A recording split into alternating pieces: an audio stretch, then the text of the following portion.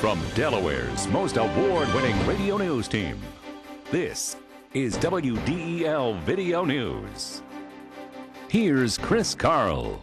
Among Delaware's top stories for Friday, January 12th, meningitis may be the cause of death for a Delaware prison inmate. Investigators say a fatal fire in Christiana last July was no accident. And Senator Biden questions the Secretary of State on the plan for Iraq. Here are the details. An inmate at the Delaware Correctional Center in Smyrna has died, and corrections officials are concerned. 24-year-old Demetrius Caldwell died yesterday, and authorities aren't sure why. The medical examiner says one possible cause is meningitis. Meningitis is highly contagious, and officials have begun offering the antibiotic Cipro to prison staff and inmates that may have had interaction with Caldwell. Other precautions are possible once the cause of death is officially determined. The Delaware Fire Marshal's office says a fire that killed 2 people near Newark last July was intentionally set. The fire last July in Timber Farms was started with a match and a lighter in the first-floor living room. Bill Preston says their investigation has determined 26-year-old Kendra Bruzik, who was killed, was responsible for the tragedy, which also killed 18-month-old Logan Bruzik. None of the occupants inside the home ever made it outside of the home. It appears that they were both found on the second-floor bathroom. Many times during fire situations, people go to an area of refuge incorrectly. A lot of times they go to a bathroom. Well, there's a room with no windows that they can't escape. They were both found in the bathroom. Fire officials say they're also investigating a possible financial motive by Bruzik for setting the fire. Groups in South Jersey expressed new fears after the toxin PFOA is found in the water supply of a school in Carneys Point. WDEL's Curtis Gray reports.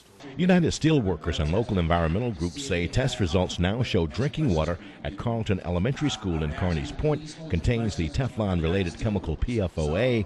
The groups and attorneys met with the community Thursday night to explain the results, and they have filed a lawsuit against DuPont, which operates the Chambers Works plant. Jim Rowe, president of USW Local 943 and a worker at the plant, says their community is experiencing problems similar to Parkersburg, West Virginia. All we're looking for is for DuPont to step up and say, you know, let's take responsibility for this.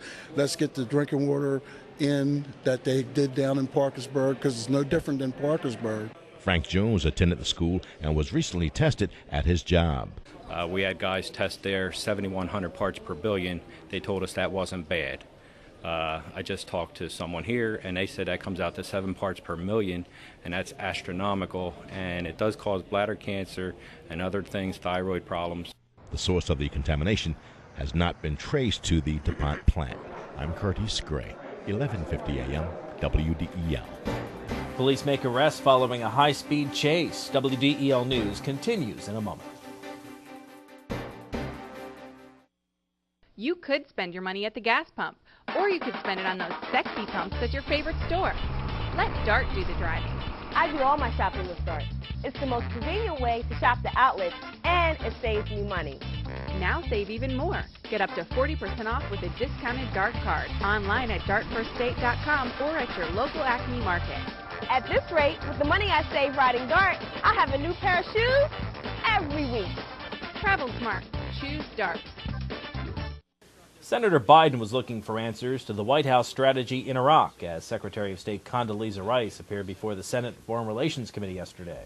How long do you estimate American forces will be going door to door with their Iraqi counterparts in Baghdad before they can, I believe the phrase is, secure or clear, hold, and build? What is the estimate of how long it will take to clear? And how long are we prepared to hold with American forces in Baghdad that are being surged? A good deal of the establishing of confidence in these neighborhoods has to be done by Iraqis. We will be in support of them, but I think that it's extremely important to have an image in mind that it is Iraqis who are expected to take census. After all, they're the ones with the linguistic skills to do so. It's Iraqis that are expected to be in these neighborhoods. The problem with previous Baghdad security plans where there weren't enough forces to hold. I think that it is important that it will be a combination of forces, Iraqi forces, army, police, and national police and local police. But we want to be certain this time that the holding phase lasts long enough for the Iraqis to be able to deal with the perpetrators of the violence. Rice added the situation in Iraq is unacceptable. Congressman Castle sees one of his pet issues pass the House, but isn't as hopeful for its trip to Pennsylvania Avenue. Castle's stem cell research legislation was passed by a vote of 253 to 174 on Thursday, still putting it short of what's needed to override a promised White House veto. The measure bolsters taxpayer-funded research on embryonic stem cells. It passed with 15 more votes than it got last year. That is not a sufficient number to override a presidential veto, which we expect may happen when and if the bill passes the Senate. County police are trying to determine if two men arrested after a high-speed chase yesterday are responsible for more than one robbery.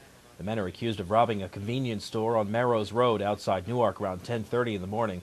They led police on a chase in the areas of Route 273 and 1, eventually ending in Harris Corner when the chase ran into traffic. During the chase, an unmarked state police vehicle was hit, but no injuries are reported. Members of the Senate Small Business Committee have approved legislation to overhaul the state's workers' compensation system. WDEL legislative correspondent Carl Konevsky reports. Lawmakers and representatives of the business, medical, and insurance communities heard testimony on legislation that, according to Insurance Commissioner Matt Den, could save the state's businesses up to $43 million a year. Rich Heffron, Senior Vice President of the Delaware State Chamber of Commerce, says Delaware's high workers' comp insurance rates have a major impact on business operations in the state. We're the third highest in the country. We know there are companies out there making decisions whether they're going to stay in Delaware or whether they're going to come to Delaware. One example is Avon. The two plants they closed were the two distribution centers they closed were Delaware and Illinois. I'm not saying workers' compensation was the only reason they did that, but we know that they are two of the highest cost states in the country. The cost of medical care is the biggest price driver, and Nitin Rao, Director of Health Policy Research for the Medical Society of Delaware, says a new payment system in the bill will bring those costs down without implementing a traditional fee schedule. Traditionally, a fee schedule is a percentage of Medicare, for instance, and it's just sort of arbitrarily set. And this, on the other hand, isn't. It's intended to rein in outliers, people that are charging, outside the standard in the community. Senate Majority Leader Tony DeLuca sponsored the bill and says doctors, lawyers, labor officials, and the business community all deserve credit for developing the legislation. You look at the diverse group that was involved in trying to put this together, and you look at the fact that they stayed at the table for months, all right, with one objective, which was to get this accomplished for the good of all of us. The bill goes before the full Senate for a vote on Tuesday.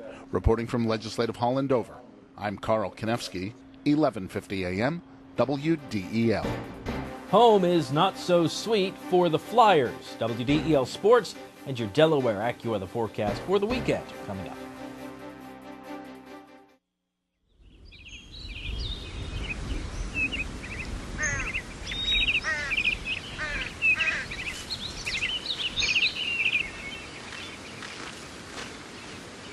As you look for your college experience, make sure you look at Wilmington College, your key to success.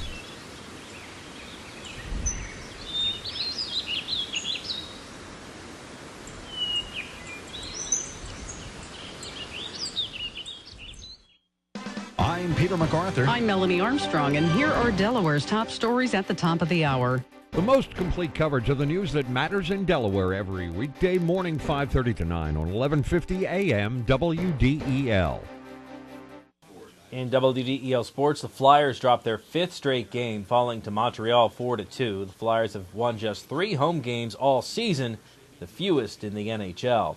The Delaware women's basketball team scored the first 16 points of the game en route to a 65-43 win over Northeastern.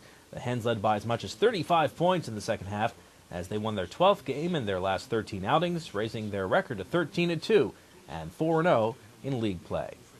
Your WDEL Delaware AccuWeather forecast: cloudy through today, a sprinkle or two, high 50. Cloudy tonight with a shower in spots, low 42. Tomorrow, cloudy and mild, a bit of rain, high 54. Sunday, cloudy with occasional rain and a high of 48. Get news updates throughout the day. Delaware's top stories at the top of the hour on 1150 AM WDEL or anytime right here at WDEL.com, including news video from Delaware and around the world from WDEL and the Associated Press. I'm Chris Carl. Thanks for watching.